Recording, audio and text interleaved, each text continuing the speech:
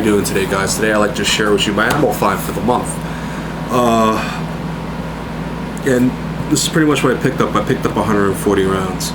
The reason why I only picked up 140 rounds is because, well, one, I live in New York State. I live in Bloomberg's Imperial State, the nanny state. And by city law, according to the FDNY, a person cannot own more than 200 rounds of any ammunition total in their house in the 5 boroughs. If you own more than 200 rounds of ammunition, you will be in violation. You will get ticketed for that and most likely lose your permit because you violated safety rules. So the only way we could buy ammunition is from FFLs meaning gun ranges. And there's only one gun shop left in the entire city, which is John Lovino's in Chinatown, which is popular for Serpico. I also hear there's a Beretta gallery up in Midtown somewhere, going towards the east side. I have never been there, so I don't know. My friend buys property up in Johnson City, Binghamton, New York. Took this as an opportunity to go up there to try to find some cheap ammo and also just try to find some connections for ammo. Go to the local Walmart that's not too far from the house that he bought. Of course, it was the normal thing across the United States. All pistol calibers were gone. There was nothing left but hunting shit behind, like 270 Win, 22, 250, 30-06, plenty of 12 gauge, 410, 20 gauge. Call up another range. Only had a few boxes of CCI Blazers for like $32, which was fucking ridiculous. So I told him no thanks. So the last place we find is a place called Roscoe NY, and this shop is a diamond in the rough. Personally, for me, I went in there. These guys are fucking fantastic. They're hilarious. They had huge stock of fucking weapons, and it's mostly because they're brand new to the scene. They haven't been open long, and they had plenty of handgun calibers available. They even, when I got there, they were unboxing 22 LR, and it wasn't the cheap shit. It was CCI Stingers. They were unboxing, and there was way more than 1,000 rounds there. I was shocked. I was tempted. It wasn't for the fact that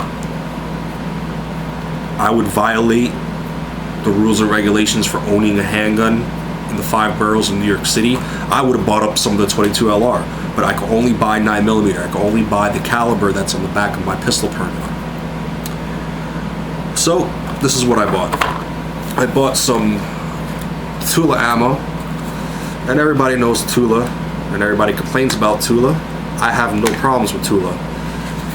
A lot of people do not like, excuse me, I'm having a problem with the box. Not a lot of people like steel cased ammo.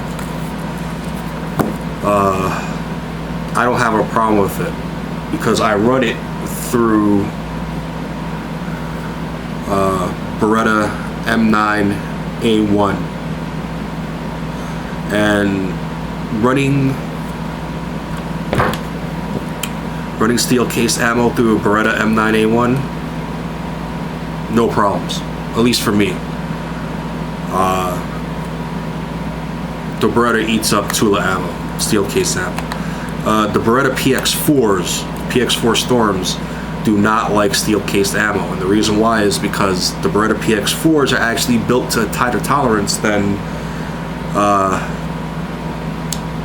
the 92s, which I found to be a little shocking considering that Beretta went the polymer route for the PX4s, you know, to try to get some of the market just like Glock, and they build it to tighter tolerances where it's finicky with steel case ammo, where Glocks could eat any ammo that you could feed to it. So I found that kind of weird. They built it to a tighter tolerance, instead of following Glock's route where it's built to a looser tolerance so it can eat steel cased ammo.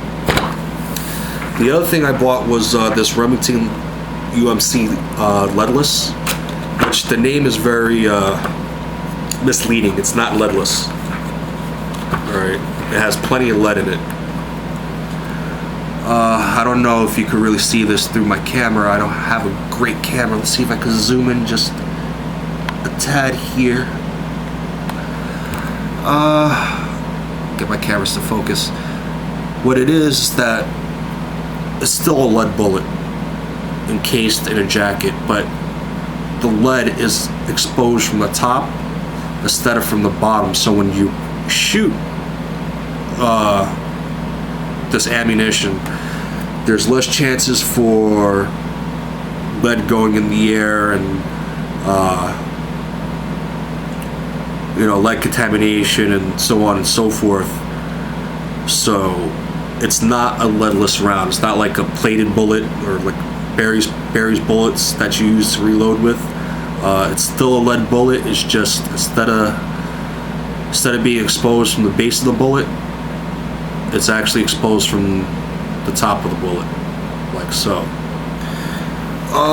This was a little expensive, but considering me and my friend were driving around, hook or crook, I was leaving with freaking ammo.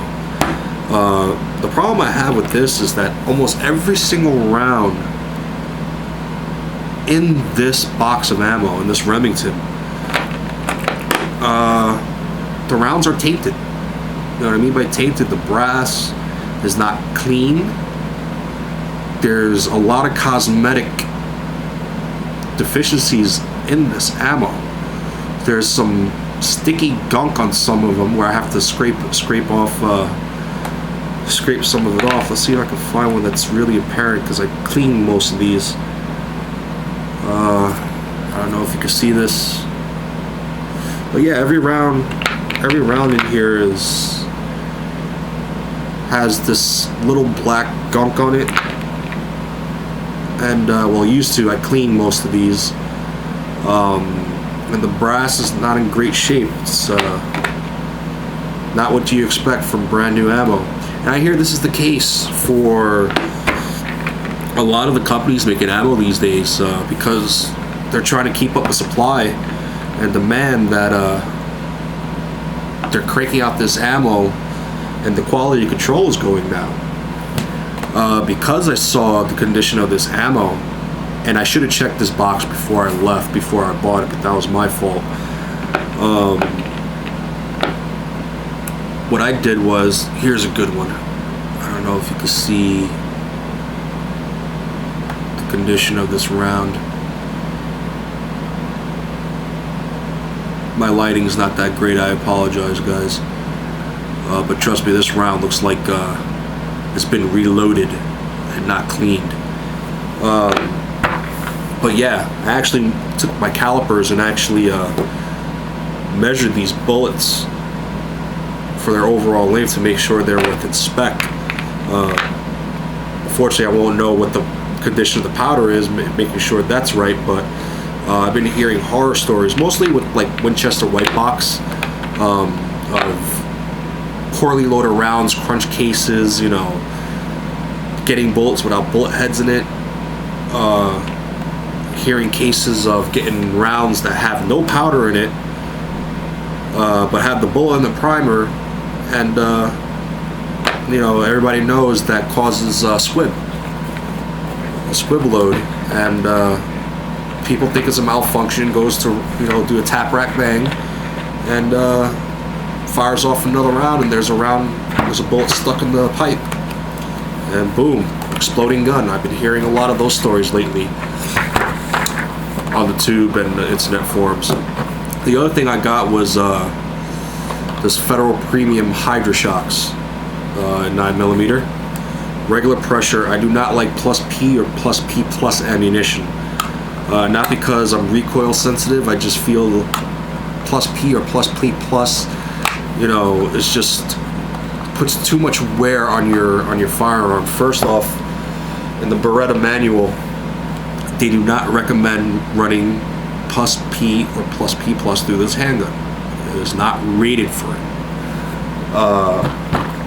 And even if my gun was rated for it, I would not run that ammunition through it. I do not see the point of running high pressure ammunition through my gun, putting extra wear and tear on it.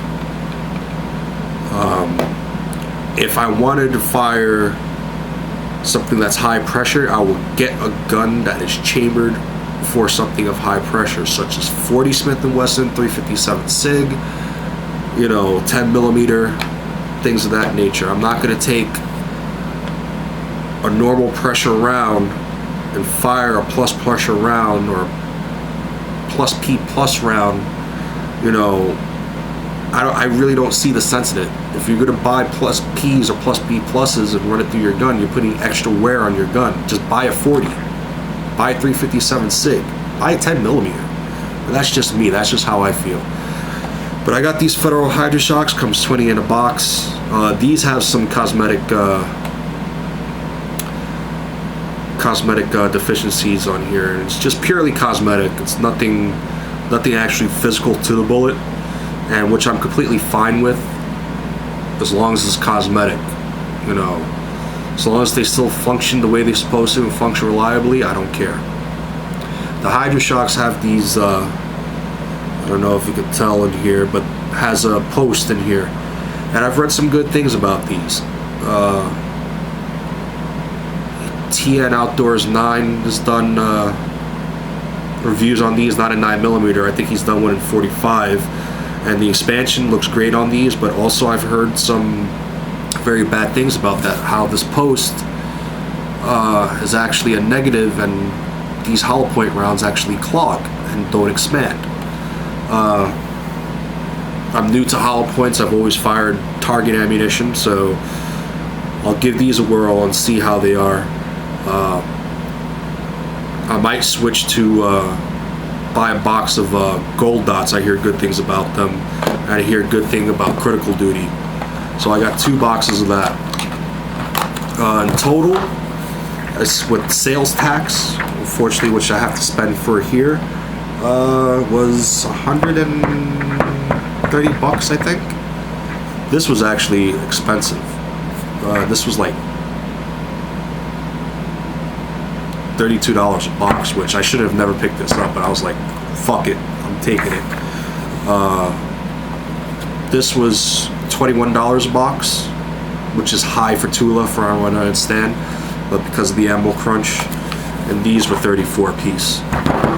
So I'm happy. I have ammo in my house. So let me know what's going on with you guys in your areas, and how much you're spending for your ammo. For currently Tula, UNC leadless, and Federal 9mm HydroShocks, regular pressure. Yeah, just comment below. Let me know how you're doing with your ammo situation. Whether it's 40, 9mm, 45, 22. Just let me know how you're going. So I know how everybody else is doing. So hopefully there'll be a better situation for us out there. All right, guys, have a good one.